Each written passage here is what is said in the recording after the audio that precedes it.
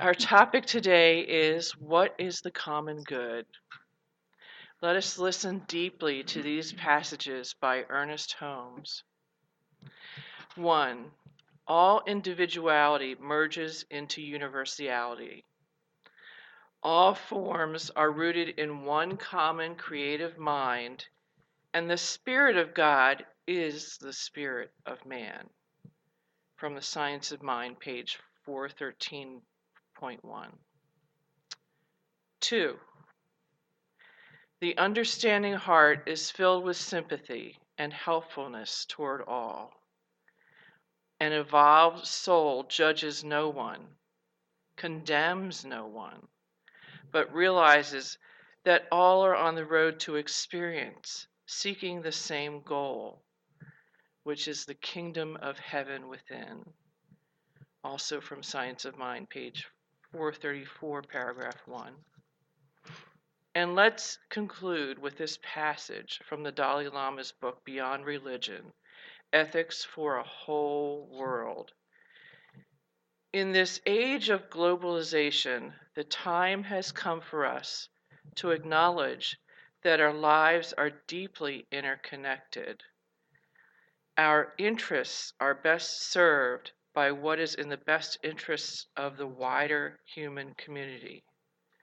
We must care about the world. This is the principle of global responsibility. Please join me in speaking the affirmation on the screen.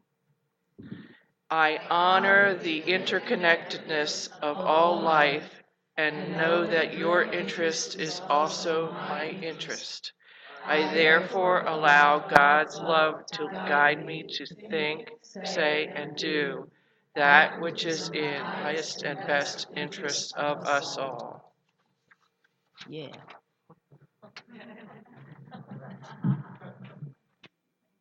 It's lovely.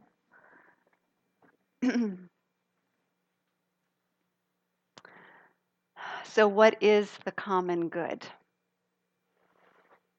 It's that which is in the highest interest of all, or a beneficial nature to all.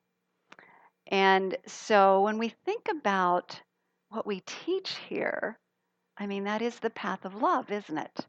The path of love is taking into account not only just our own interests, but the interests of all. It's taking that great, big, large perspective of life and then allowing our actions, our words, and our thoughts to move in that direction, the direction of love.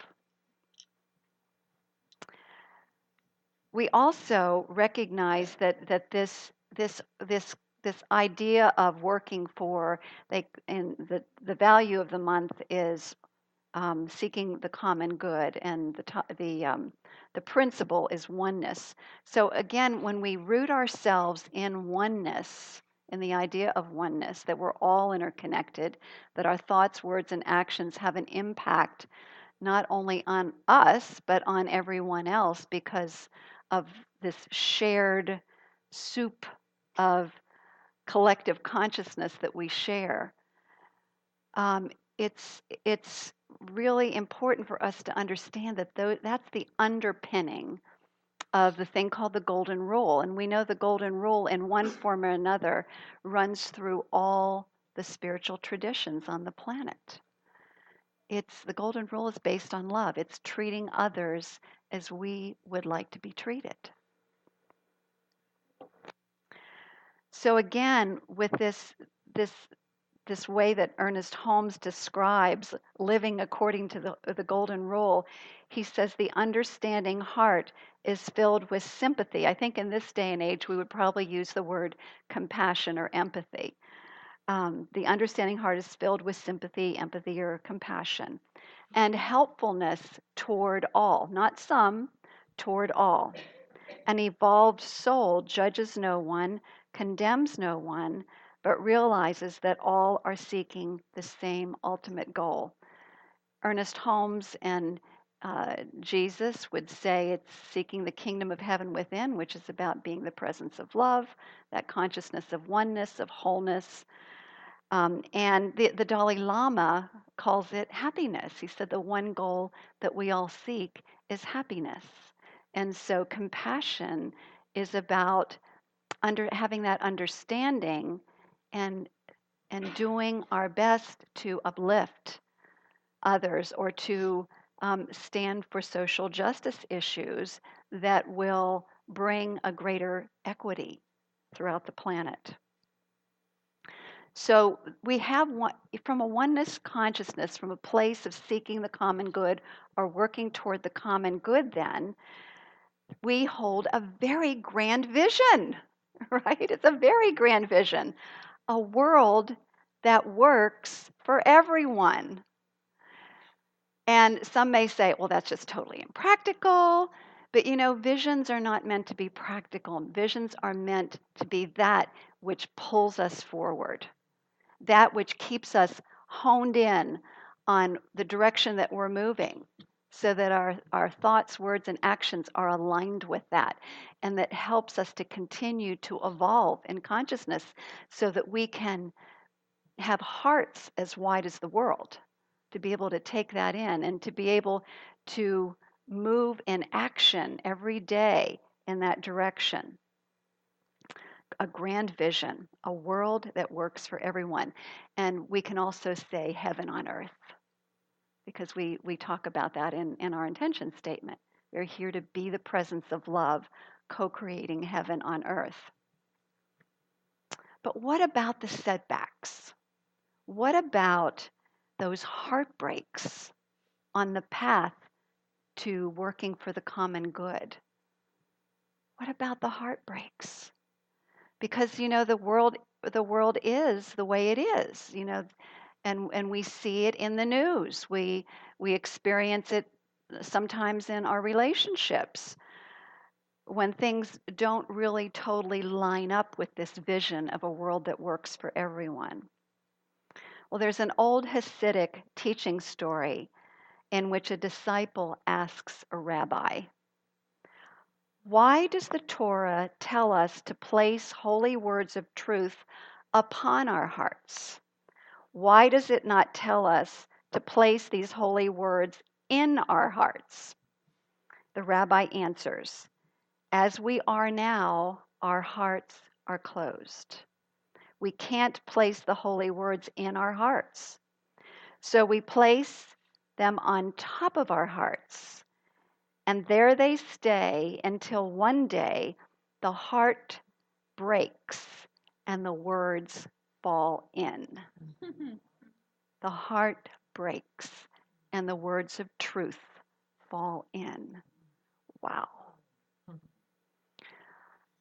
I read a 30-page essay by Dr. Parker Palmer that was all on this topic of handling heartbreak and still forging forward in our actions for the common good.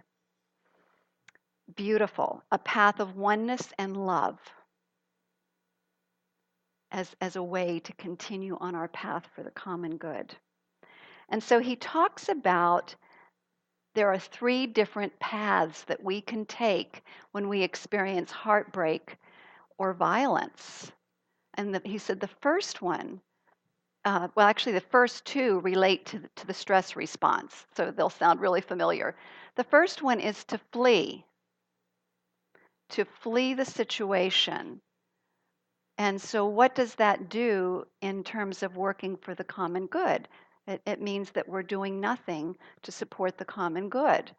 And so that the flee tends to be to shut our hearts down, withdraw into our homes, and let the rest of the world handle it, kind of thing. The next one is still as part of the stress response is to fight violence with violence. And we know how well that works, right? All it does is continue the cycle of violence on the planet.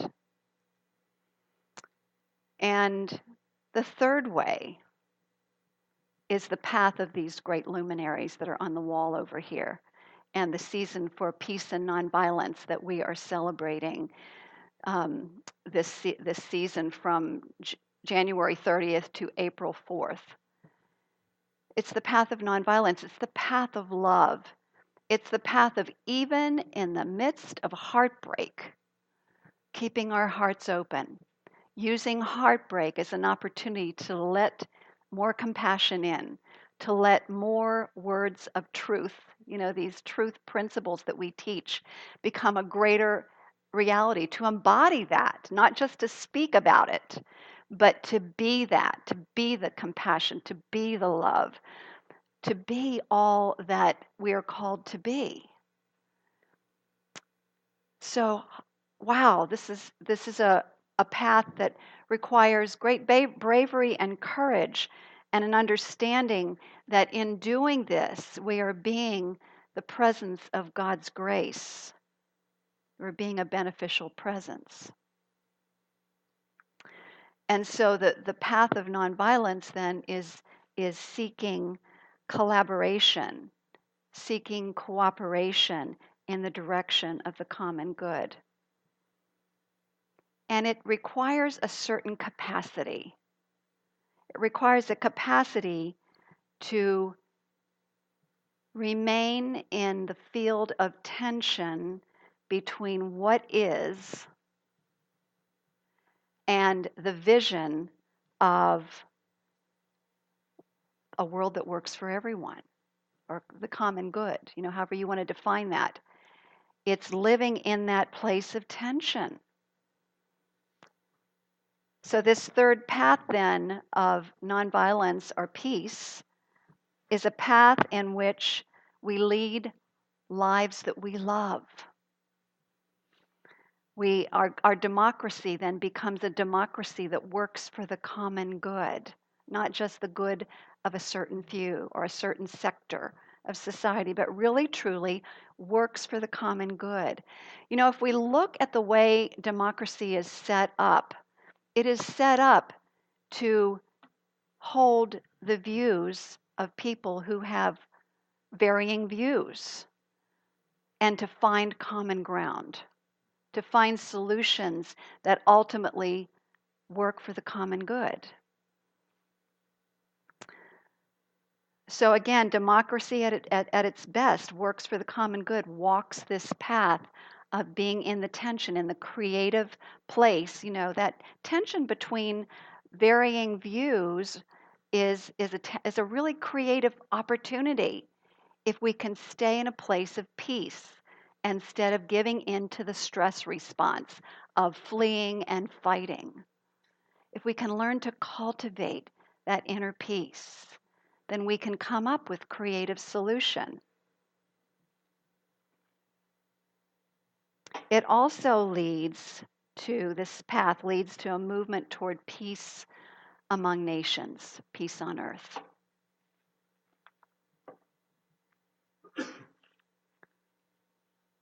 So all heartbreak then, whether it's personal or whether it is on a grander scale, political or international, will confront us with the same choice, and here it is. Will we hold our hearts open and choose love, even as love makes us more vulnerable to loss and heartbreak? Or will we shut down, lash out, refuse to to risk love again, or seek refuge in withdrawal or in hostility? What will we choose? Do we choose love or do we choose separation? That's the essence of it. So think about those who exemplify what I'm talking about here, this nonviolent path, this path of love, this willingness to have their hearts broken open into a larger expression of life, where they transcend suffering and become a more loving being and continue to forge forward, working for the common good. And I know we can think of many. There are several that are right on the wall right there who are folks who I know had many, many years of heartbreak that they lived through, and yet their hearts continued to expand and to open even more and more. Jesus, the Buddha, Moses, Dalai Lama, Nelson Mandela, Dorothy Day. And Dorothy Day I just learned about recently. Um, an amazing woman back in the time of the suffragettes who stood for all kinds of social justice issues and was arrested many times for in terms in nonviolent protest. Martin Luther King, Rosa Parks, Thich Nhat Hanh, and there are many, many others. There are many others, but this is kind of just the tip of the iceberg. But again, all holding the tension between the world that appears as it is now and the vision of the world that works for everyone, a vision of the common good. And here's the thing is they learned to trust, not resist the journey of heartbreak. Learning to trust, not to resist the journey of heartbreak. And there is a Sufi master, Hazrat Khan, basically said life experience breaks the heart again and again and again and again until it stays open. So think of Nelson Mandela. He is, all of them are great examples, but I want to focus on Nelson Mandela right now. Nelson Mandela, a man who was standing for the freedom of his people and the dismantling of apartheid, which was very, very oppressive type of way to live, and not at all in alignment with the common good or in alignment with love. So he worked and worked and worked on behalf of this great vision of a world that works for everyone in South Africa. And even after all of that, he ended up in prison. Heartbreak after heartbreak after heartbreak. He ends up in prison, the ultimate of heartbreak, for many long years. But what did he do with that heartbreak? He let in more compassion. He let in a higher vision. He let in the spiritual truth of who he was and what the possibilities were and what he stood for. And so, unprecedented, he left prison and he became the president of South Africa. Amazing. And not only that, but he prevented violence. He took a nonviolent stance. He called for forgiveness. And he called for loving action and a more equitable world in that part of the world. A tremendous example of what it means to walk this third way, to walk this path of peace and nonviolence.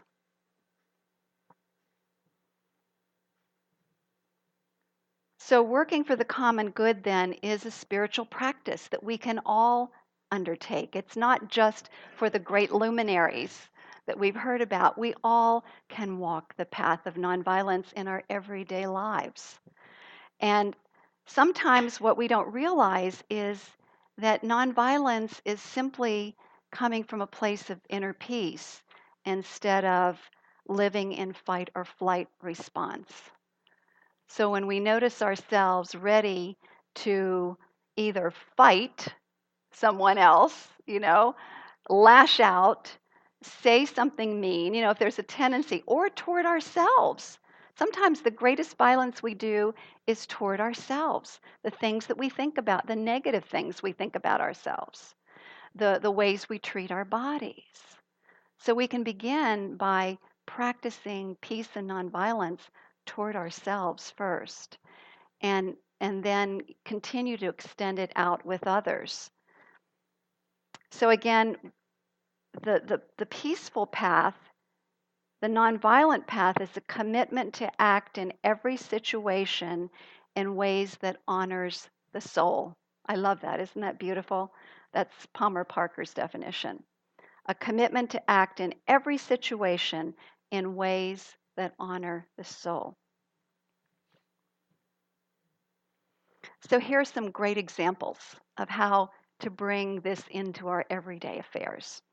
And the first one is practicing nonviolence in our organizational decision making by, rather than opposing our colleagues, asking honest, open questions. In other words, inviting dialogue, um, generating insight, and then revealing creative solution, right? Among the participants. Another way of practicing nonviolence is this is one that Parker Palmer suggests is personal storytelling. When you're gathered in meetings with others, invite some storytelling, people telling a little bit about what's going on with their lives as an opportunity to connect, to see each other as people instead of just getting together and making a bunch of decisions. I loved that. And then we can practice nonviolence, this path of working for the common good, every time we watch the news or something on the media. Now, some of us have decided just to turn it off. However, there is a way to approach it, and that is to let the event that we're watching, if it's distressing, open our hearts so that we can become more compassionate. And then if there's someone that we find ourselves reacting to in the media, rather than, it's violent to start thinking all these negative things about that person or persons or whoever it might be. Instead, remember that the spark of the divine is at the center of this person. The spark, the presence of God is there. And as we do that, we heal ourselves and we help to heal the collective. And we also help to open all of us up to creative solution, moving us in the direction of working for the common good.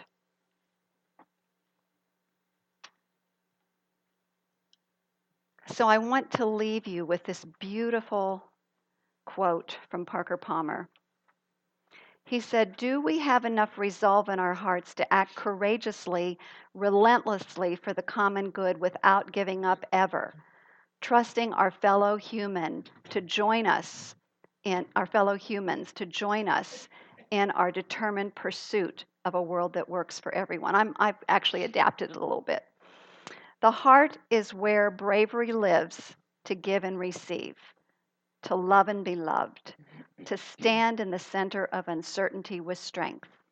An open heart, this is my quote. An open heart then contains the power of love, the power of God's love that transforms us and keeps us centered in the faith that everything is working together for good, even in the hardest of times. So let us turn within in prayer. Knowing that in this very moment, our hearts are breaking open even more to the influx of divine love and compassion. We stand here as those who are willing to be the demonstrations of God's love on the planet, to understand that our interconnectedness, our oneness, is that which binds us together, and so we continue to choose love over and over again. We choose love by loving ourselves with loving thoughts, words, and actions, and we choose to love one another with that same all-encompassing sweet love. And so I know with just this simple decision to decide that love is the way, that nonviolence is the way, that our lives are transformed, that we are truly being that which we came here to be, which is to be God's love and expression. So I give my thanks for this opportunity. I release this word into the universal law of mind, and I know that it is fulfilled and overflowing. And I invite us all to punctuate that with a vibrant yes, and so it is.